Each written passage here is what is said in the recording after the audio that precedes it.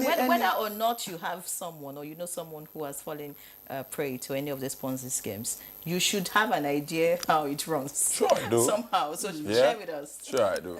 It's very interesting. I long ago had knowledge about Ponzi schemes, and that's right from the university. In 1989, when I was in the university in Port Harcourt, right, you had the Umana experience. And I had a sister-in-law who had invested in it. And there at the university, even as an undergraduate, we're questioning the rationale. Because, I mean, critically, for you to have an ROI of 100%, of 60%, whoever it is that's promoting it must have at least minimum 100%. Because the person must have an overhead and must make profit. And there's nobody, no businessman that will love you more than himself, right? So much to it is that the person must at least make 2 times or 3 times what he's expecting to pay you. And that was almost impossible because on the premise of rationality, that couldn't have happened. So I got in contact with my sister-in-law who told me about it then. And I said, no, this is not possible. At the university, we debated it, we thought about it through, all the kind of the theories that could exist, and we didn't find anything to support it. And so, I told my sister-in-law to get out of it, because she would soon get burnt. Fortunately, she listened. But others that didn't listen got burnt. And that was the story, And subsequently, of course, you have others that have come to be. Then as a regulator, we have met a lot of them, and we have clamped down on them.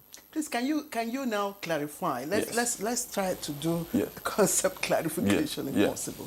Let's break it down pieces now. What exactly is a Ponzi scheme? Great. It's very simple. Ponzi scheme actually started, in the 20th century from a guy called Charles Ponzi.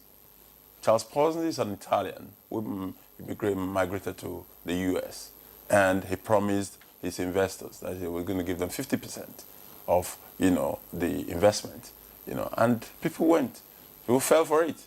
And as soon as people fell for it, it became popular until it got crashed. Because the truth about it is that what happens in Ponzi scheme is the people are promised much more than they can deliver.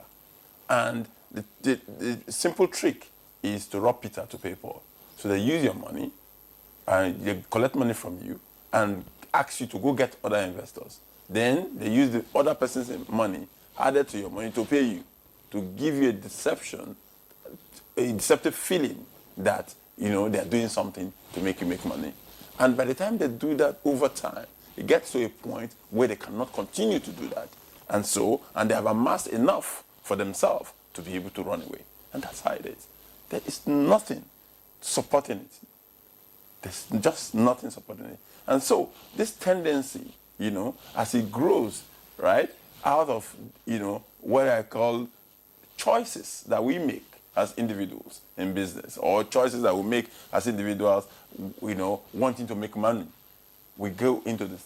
As far as I'm concerned, these people are actually not investors, because that is not an investment in the first instance.